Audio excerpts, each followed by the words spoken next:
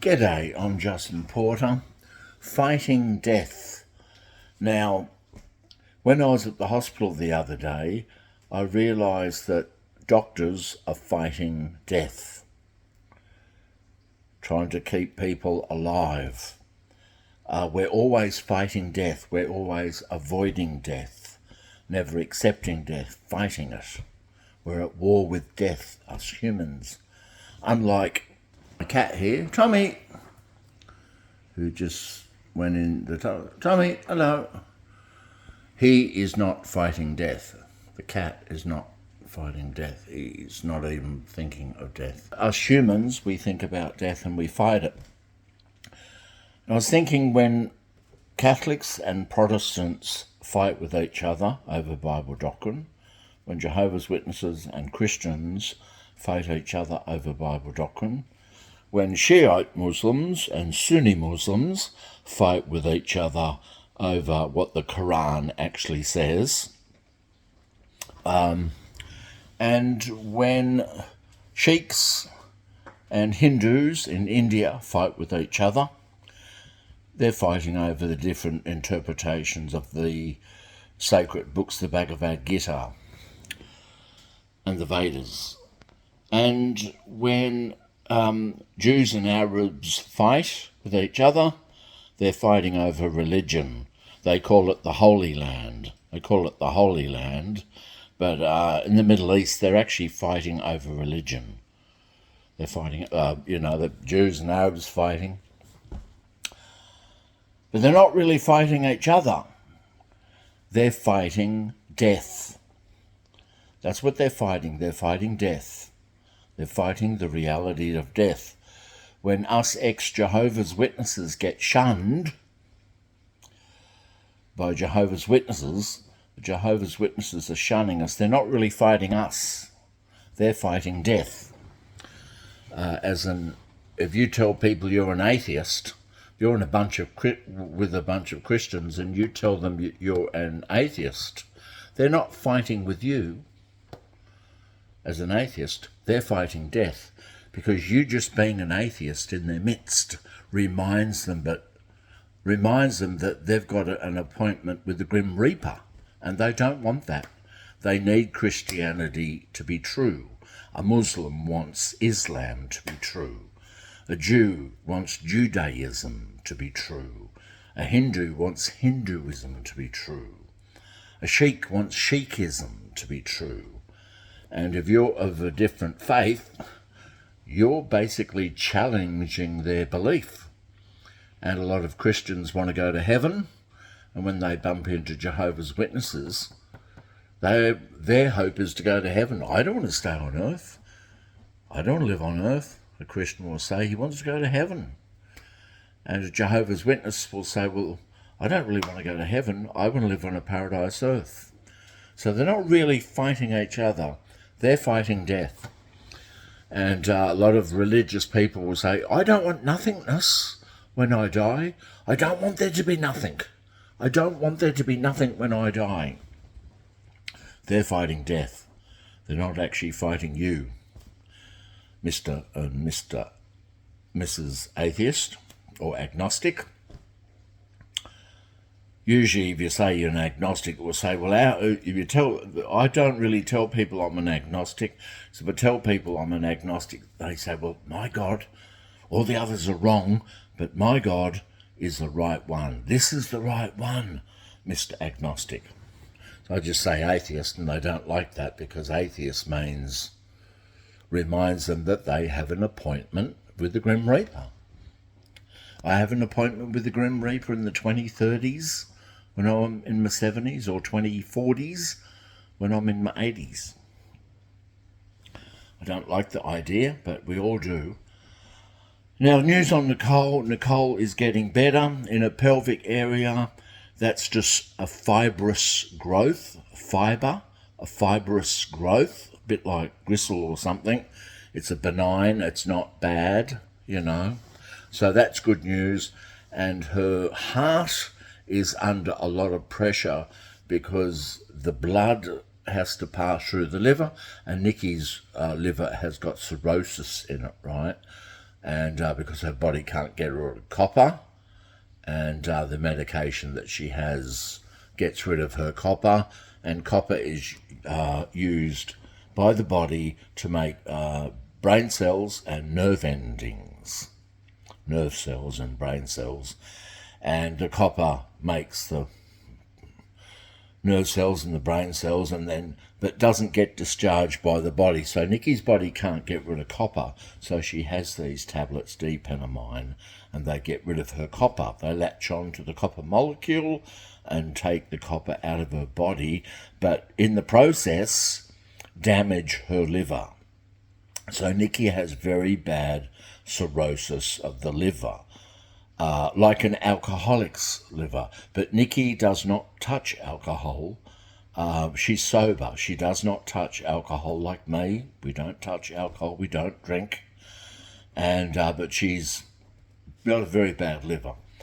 And so when the blood has to go through the liver, it's under pressure because the liver filters the blood. Now, it's a little bit like parking your car on the garden hose. So when you park the car on the garden hose, when you've got the sprinklers on, the car's on the hose, the pipes are under pressure. So the valve, her right hand side of her left right ventricle is leaking. She has fluid around the heart. Not a good thing. Not a good thing, and it's because of a bad liver, but hopefully she can come home on Monday. Today's Saturday night. It's about 9:30 at night, so on Saturday night, but hopefully Nikki can come home on Monday. Hopefully. And I've been Zoom calling Nikki, calling her on the phone. Zoom calling's really good because it saves me getting on the three buses to go to the hospital and taxi. So it takes about 2 hours to get to the hospital. Well, about 1.5 to 2 hours to get to the hospital. It's a big day. It's just tiring. So I've been doing Zoom calling, and Nikki gets to talk to Tommy the apostocat. Tommy, yeah, puss. Tommy the apostocat, wherever he is. But yeah, so hopefully she can come home. But it does remind me that life is short, life is precious. Look after yourself and take care of yourself. And yeah, because life is very precious and we're not around forever. And I normally tell people, what's the best thing about life? The best thing about life, and they look at me strange. I say, what? They'll say, why? What's the best thing about life? Best thing about life is it doesn't go on forever. Maybe that's a good thing. Maybe it makes life more precious and meaningful because it doesn't go on forever. If it went on forever, it might be a bit too much, you know. And death is nothing to us because when we're living, death is not present with us. And when we're dead, we're not. So you're not going to know you're dead and things like that. But grief is a very painful thing. And I could be wrong. There may be life after death. I don't know. So I'm very agnostic when it comes to life after death. But I actually do believe that just Mother Nature's God. Today in Myanmar, in Asia, Myanmar's near Malaysia, I think, Southeast Asia, they had a big 7.7 earthquake.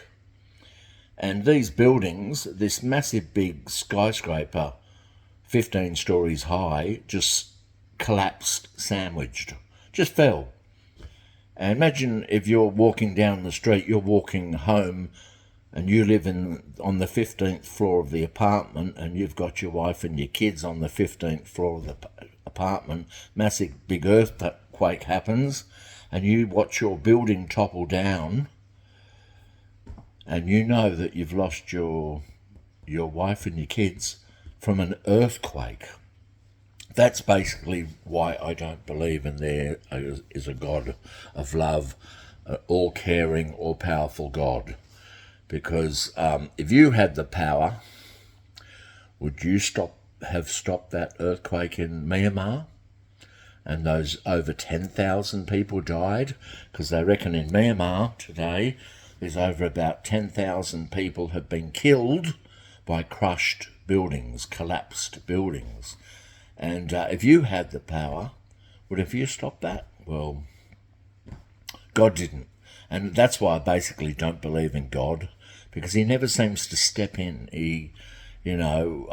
Mother Nature is so cruel and so just nasty. And God doesn't seem to be the Superman, the superhero. Like Superman flies around and saves people from robbers and saves buses from going over cliffs. And what you ever watch the Superman movie, God's not like that. He just stands back and does nothing. He does nothing.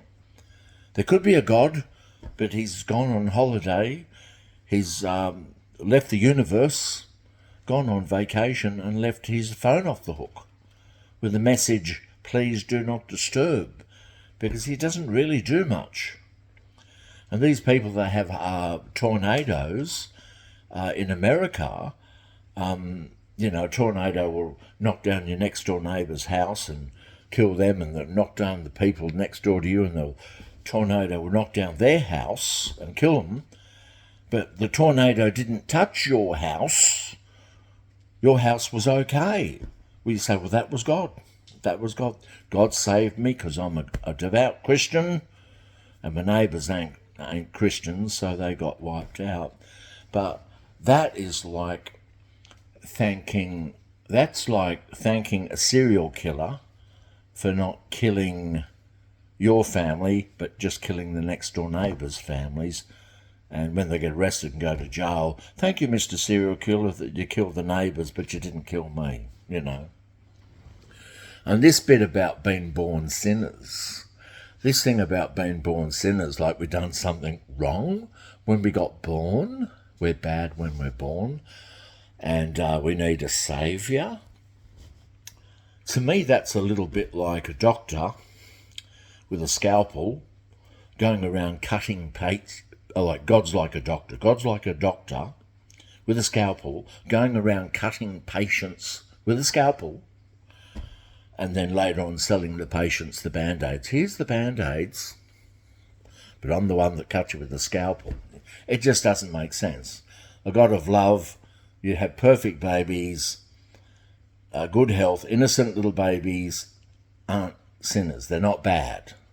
We're not born bad, We're just born full of mutations and birth defects, And so when Christians and Catholics and Jehovah's Witnesses and Hindus and Muslims fight against each other, and they fight against atheists, and they shun you because you're an apostate.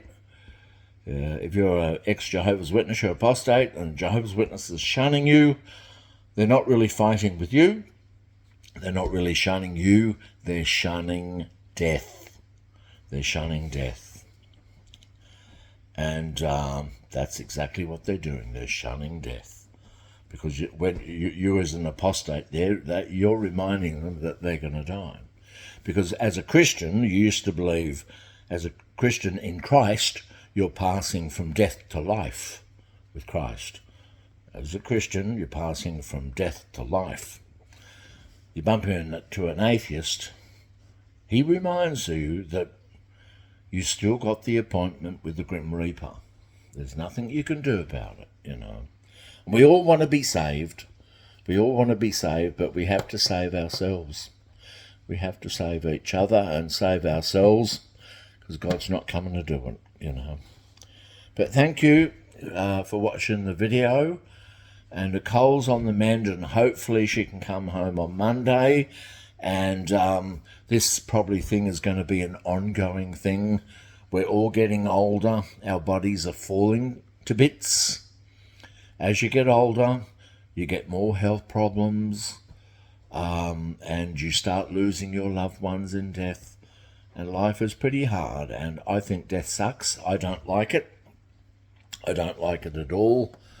And but I'm not going to fight it because I just accept that, yeah, we're only around for a short time. Enjoy life, be nice to each other, and don't shun each other just because you don't believe in each other's religion. Stop shunning. Thank you very much.